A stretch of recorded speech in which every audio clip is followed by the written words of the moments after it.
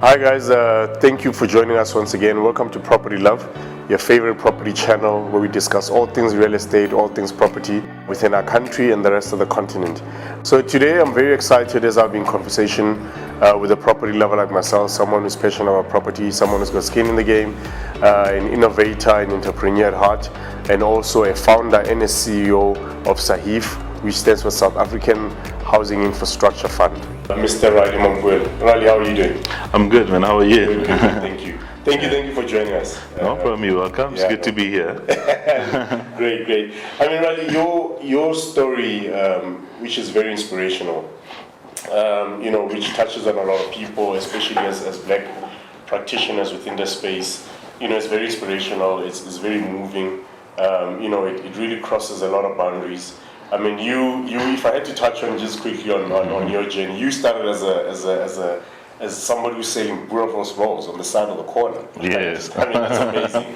In Joburg somewhere, and ended up being a property agent, and then on top of that, owning a couple of property agencies, Ches Everett, if I'm right. Yeah. And then, of course, right now, as a founder and CEO of SAHIF, where you guys buy land parcels and you develop, I think, a zone for agricultural. Yeah. Now rezoning them to residential and getting them ready for building, or for residential. I mean, take us through the whole journey. I mean, it's very interesting. When you go through these things, you don't even think it's really a journey. It's like just waking up in the morning and going to work. So I think you've summed it up very well, but it was quite exciting for me because it was almost like, if you wake up in the morning and you're going to work, so as you said, I was selling the Bootstrapping rolls while I was studying for my BCom with UNISA in Kalami, and I had an opportunity to meet Charles Everett, who was obviously the owner of Ches Everett International Property Group. I started to work with him as an assistant estate agent, doing drops in the northern suburb of Johannesburg, and those are some of the leaflets that you'll get underneath your door. And that was quite exciting for me, and meeting up with dogs and barking at me and all of that. But I had the passion, and I really loved real estate. This was during the time where I was reading Donald Trump. While he was still in real estate. Fast forward, I worked as an agent, and obviously I bought a franchise from them. And how did that come about? Sorry, if you don't mind me asking. In terms of actually, that's a very interesting point you just touched on. I mean, a lot of black people or people same as us, when they try to get into these spaces, finance is always an issue. So how did you go over that hurdle? So for me, it was more natural, but I had to, after a while, we all went and studied, and you realize what you were doing was actually called bootstrapping. At that time I didn't know what it was really, but bootstrapping in a way that basically you try and get funding from or angel money. These are the people that really believe in you and trust in you. But how I did the deal with the Everett was that during those times, I think their franchise was something like R1 million or so, and during those times you could actually get a McDonald's with that type of franchise, with that type of money. But I had an opportunity to negotiate with the Everetts and said, look, I want to buy the franchise. I don't have the money now, but I want to do a deal where you can give me at least about a year to pay it off, so I can get on the ground. And I then gave 20% shareholding to my brother and one of the CEOs of Ches Everett franchise sales guy, and they had 20%, and they actually came up with a bit of working capital for me to swap that 20% shareholding. But the plan was quite simple, to say we're going to hit the ground. Once I'm in, I'm going to have to obviously buy them out. Because I'm an entrepreneur, I want to move on my own, I want to make decisions on my own. And we had an opportunity then to work, and sold a big development, and I managed to then obviously buy out my partners, your funders, and obviously paid off the franchise, and then it got more exciting, and we got more franchises in the country, and that's how it happened. So how many franchises did you guys actually manage? So I After we had about more than 5 franchises that we had bought at that point in time, and we obviously sold those franchises individually, and went ahead to start buying some kind of agricultural pieces of land around the country, and they were quite affordable at that point in time. Okay, so that's when the entrepreneurial bug bit you again. Yeah, you took a risk. Yeah, we took the risk. We looked at obviously buying those agricultural piece of land, but like any other entrepreneur, I went on my own, started my own brand called Rali Properties, and we had an opportunity. I mean, let me just go back and say that what had happened is that as I was owning the first franchise of Chairs Everett, I met a developer who was doing a development in Midrand. Okay. And basically I said to him, Jerry, I want to buy the whole development for about, I think it was about 26 million rand. Yeah. And obviously at that point in time I was driving my mother's Cressida. She just retired as a teacher. Yeah. And I borrowed her car so that I can use it to be able to sell houses. Okay. Yeah. And he was like, no man, how are you going to get 28 million rand? And at that point I didn't have that type of money. Yeah. Yeah. But I knew that the market was great. This was during the time where with one salary you can be able to buy about 4-5 units using one salary before the NCA. In the wrong times. Yeah. But so you could literally go from one bank to another bank. Same salary, and they'll give you a loan. Exactly. So there was no reference checking at the time, I guess. Well, what they did, I mean, they'll check obviously, your financial status, but it was not illegal to use the same salary to apply to the 5 institutions that were in the country at that point in time. But I saw an opportunity to say I can help other people to become property investors. So I had a property luncheon, and I invited a couple of guys that were really doing well at that point in time, and I showed them how they can be able to buy multiple family homes properties using one salary. And I then used the different guarantees that I got from the sales to be able to pay off Jerry Baker, and I made myself a good profit, which has then helped me to obviously pay off and buy out my partners, and then that's where we had a bit of money to be able to start buying land. But we obviously then moved on and started looking at opportunities like any other entrepreneur, where we started looking at doing some township shopping centers, some commercial properties, and build a little bit of a portfolio, which we then later on offloaded. And under Rali Properties. Yeah, under Rali Properties. And then, that's a space that we played for the couple of years. And Yeah, that's very interesting, very inspirational. Risk all the way. Yeah. But look, it paid off. Yeah, but I mean, I always say to young people to say, this is the time when you're still young. To be able to look at taking some risk. Especially if maybe you're not yet married or something like that, but even if you're married, but as a young person, you should be taking some kind of calculated risk so that you can be able to better your business opportunities and business life. Of course. No, that's really, really great. So now moving into then you moved on and obviously founded the Housing Infrastructure Fund. Which, as I said earlier on, you buy land parcels, and then do you offload them into? Okay, first maybe the first question would be, I mean, did you get these land parcels at a song? At a particular time, do you think that those land parcels are still around, or it's quite difficult now? So you guys would then. My follow-up question would be that you buy them, you get them. Do you put infrastructure into them so that they're ready to be built, or do you just offload them onto the government? Obviously, assuming that the government would be your primary customer.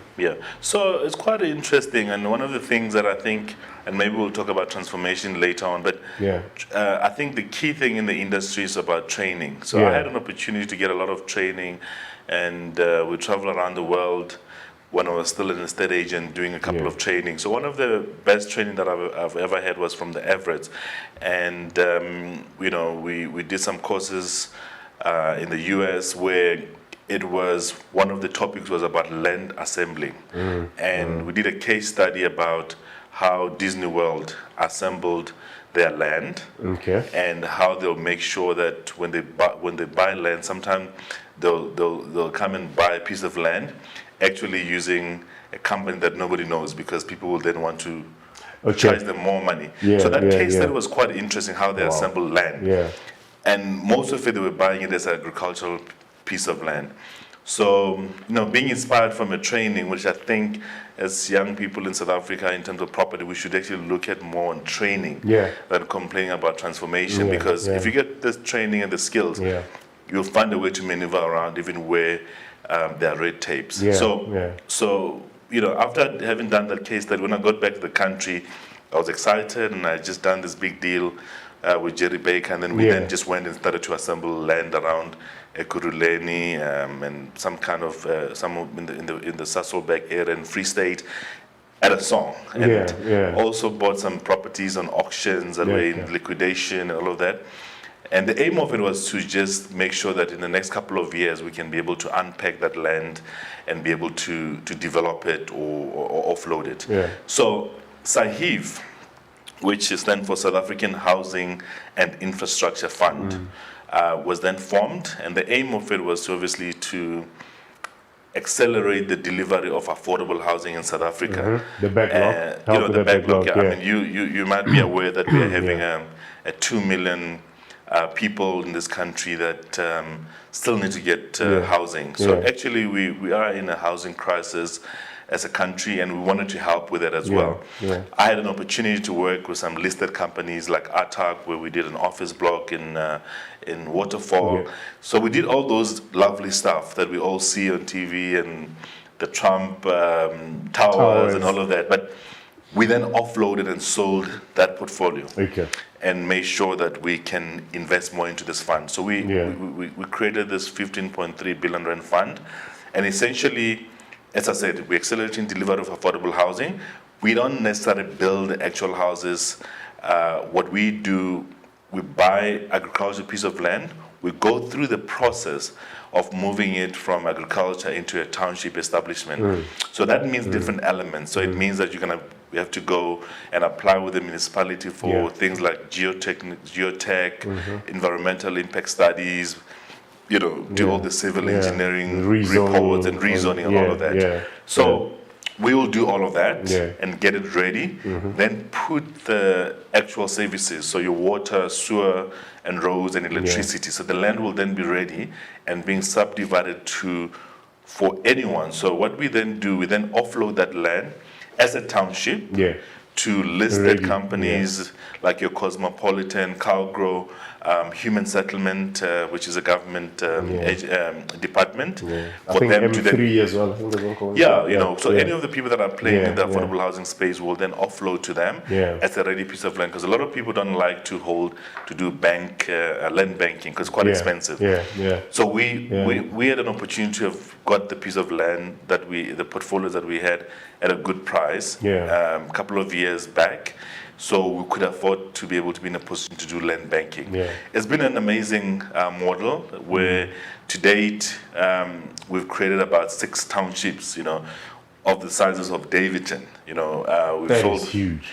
So we've sold one in Donato. We did Donato is in Ekurhuleni, where it was about 700 hectares.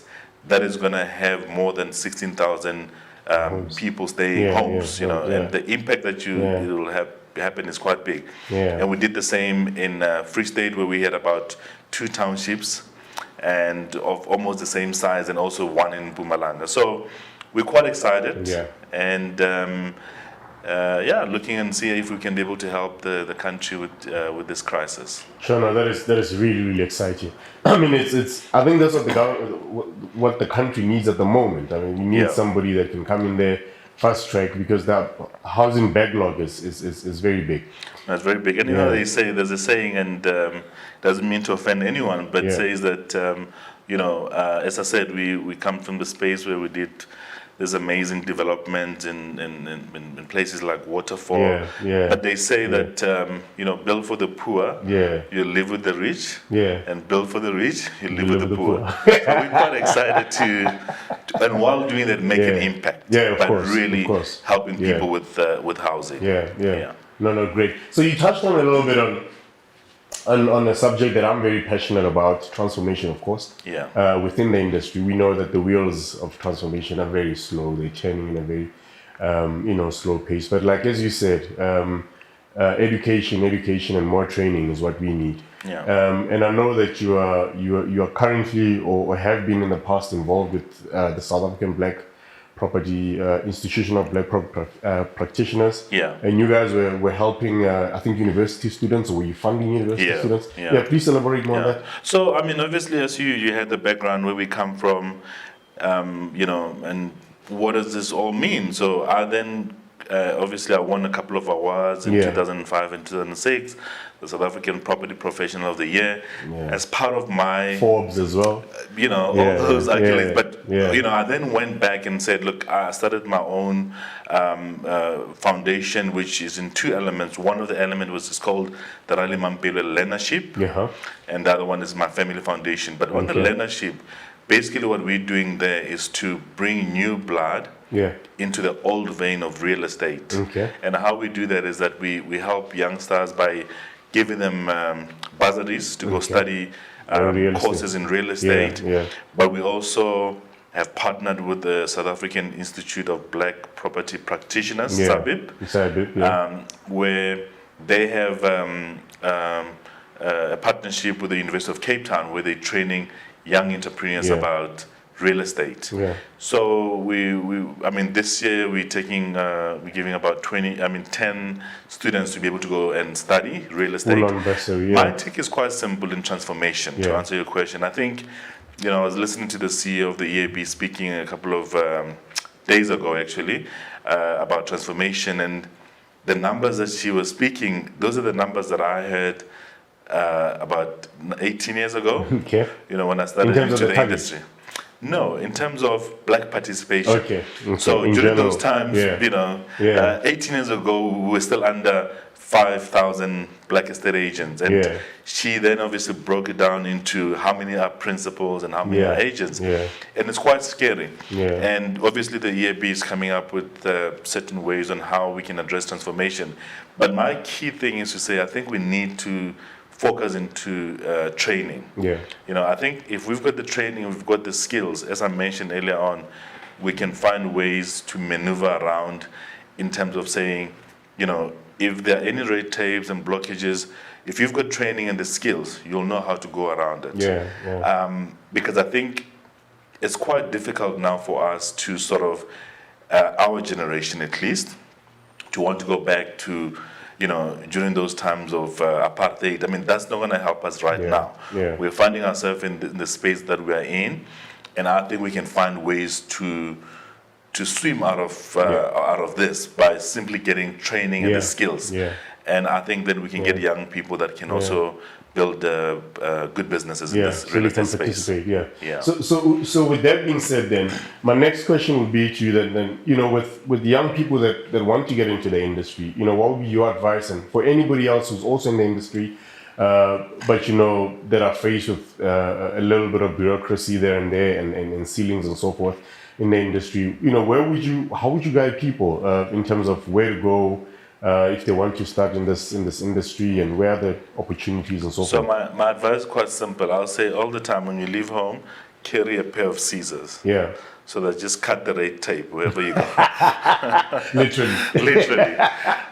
But I think. Well, first of all, I think the South African Institute of Black Property Practitioners is really passionate about making a change in the sector, bringing new blood into the old vein of real estate. And I think there's a lot of programs, where you can be able to get involved. There's a lot of courses. We'll be announcing in the next 30 days a big training academy that's going to help estate agents in terms of training. Because there's a couple of elements in real estate where, real estate is not about just selling houses, as we spoke earlier on, that you can go different angles.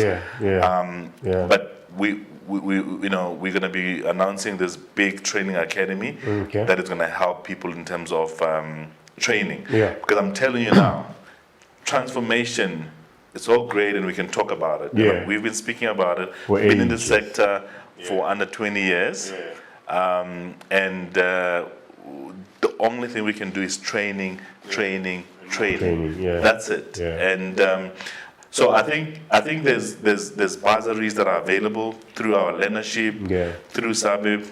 The EAB's got the one learner, one agent programs. So there's a lot of programs and internships and fellowships that are out there, and all you have to do is to go on the internet and Google real estate learnership training and all of that. And there are people like ourselves and others who are in the space that can also help with mentoring. Because my take is very simple with transformation. Currently, the economy is not doing well, and for us to be expecting that a listed company that maybe is not doing well can look at helping another person. Realistically, I don't think that's going to happen. We can say it it's a business after all. We can say it in with the bills and the acts and everything, but the bottom line is that it might just be tough for somebody to help somebody if they're struggling. So let's just get into training and make things happen. Well, with that too, I also believe that our chance, I think, still stands with maybe the Proptech opportunities. I think maybe as we need to look more into the Proptech opportunities. That's true. And because to get in is quite low, and the market is quite open right now. And maybe then we can come back and look into then buying and investing in other retail or office or stuff like that. So I think that's what we need to be looking into. No, I agree with you. I think if you look at Proptech, it's a space that is really taking over. I mean, the models of the SAHIFs, your Chess Everett and Pem Golding has worked and is still working. But I think the Proptech will really make is going to turn the industry around. And I think that's a space that we should all be playing in. I mean, now that they always say that real estate used to be more about location. And my take, I just got back from Boston a couple of months ago, and the trend now is about timing. So right now the timing has to do with Proptech, and that's a space that we should get into. And that also leads into saying there's opportunities, for example, in the townships, where, as you know, there are a couple of companies that have gone into the township and using technology, Proptech, to actually, if you look at a simple model of the back dwellers, which we call them Mustang. Mustang, there is actually a Mustang company that's helping. That's the funding, that's the funding for it. But there are other companies that actually have gone and used technology to tap into is a 10 billion rand industry annually. with no formal players. So that's a space where we should work in. And maybe if we elaborate more on that, is that the guys that have gone there, and sadly these are not black-owned companies. So they went to the township and said, "Go, we'll help you with your cell phone to get you Miss T, who works at Woolworths, for her to be able to come and rent your bedroom. And as she pays you the rental, we can see that you're getting a monthly income on a monthly basis. We'll then be able to fund you. And so that you can be able to build the next and the next and the next. And so that was the model, so that's the model, and that model is all controlled in the tech space. So you're quite right to say that that's another opportunity that we can be able to get into as young and explore entrepreneurs. And finally, just really as we wrap up, I just I'm always debating in my mind on whether is policy. In terms of policy, in the property space, do you think that it's warm enough in terms of allowing black people to play in that space? Do you think we need a little bit of policy change in a lot of spaces? It's actually quite controversial right now, but I can give my 1 cent's worth to say that we can change some policies, but we need to be careful. Okay, I mean, one of the things that I heard it was that we're looking at, for example, saying that we want to say to black estate agents that they must not audit their financials because they don't have money to get auditors. it's something that I need to apply my mind and get to know more about exactly that type of a policy, how they want to change it. But that can also bring a danger into black businesses where we're going to end up being in trouble because we're not being audited. So I think as entrepreneurs that we need to then find a way to say, how do we then become creative to be able to get some kind of bootstrapping money so that we can have some kind of money to get auditors. So to get order, otherwise you're gonna have a cowboy business going on, exactly. So I'm not crushing that, but I'm just saying that we just need to see how that will be done and understand it. I'm sure there will be a roadshow that we can all understand.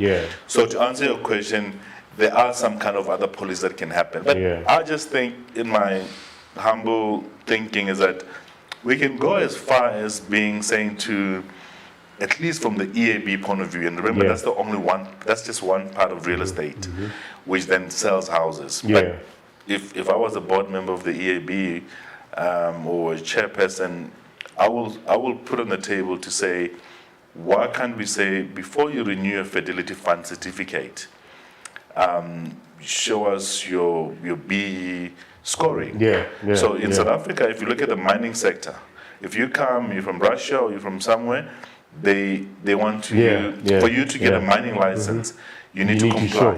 Let's say it's 26 plus 1 or whatever the requirement are for BE. Why can't we do that with the SAHIF, the PEM holding of this world, to say, show us a BE certificate that you are empowered before we can give you a Fidelity Fund certificate for this year. Again, it's quite controversial, it is. But those are some of the things that we must start looking at if we then want to push transformation in a very serious manner. In a radical manner. But again, I think we need to all chat further about it and see how we can meet each other halfway. While we're still on that, I still can't understand when you look at all these funding institutions, right? There's funding institutions for all types of businesses, but not a lot for property from the government point of view. I think there used to be one, I just can't recall now what it was called. I think it was something property fund. But anyway, there was one, I forgot now what the name is, but I still don't understand if really transformation and in terms of, to be precise, property investment.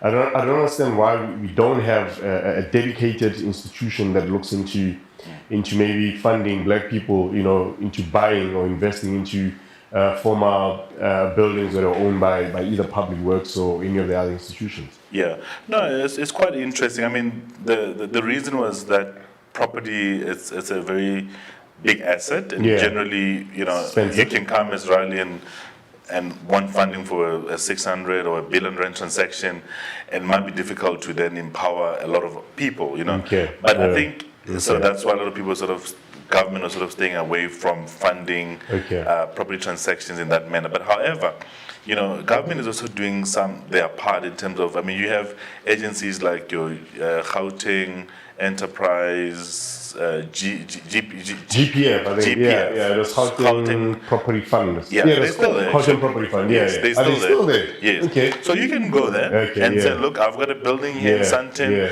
that I got it on an auction, I want to renovate it, I want to do social housing, they'll be able to help you.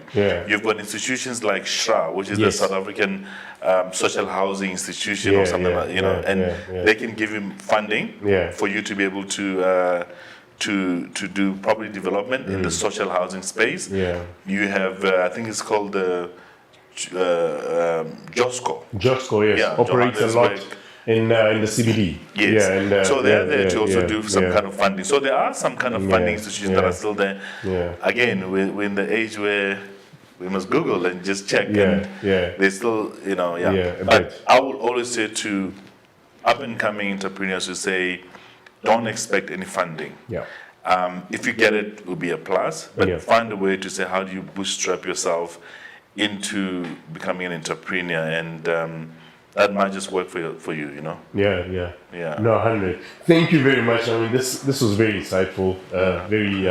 I wish we could talk the whole day because I'm very passionate about property and where it's going. And but thank you for taking your time and coming and blessing us with your presence. And hopefully we'll see you again. Okay, thank you. Boss. Sure.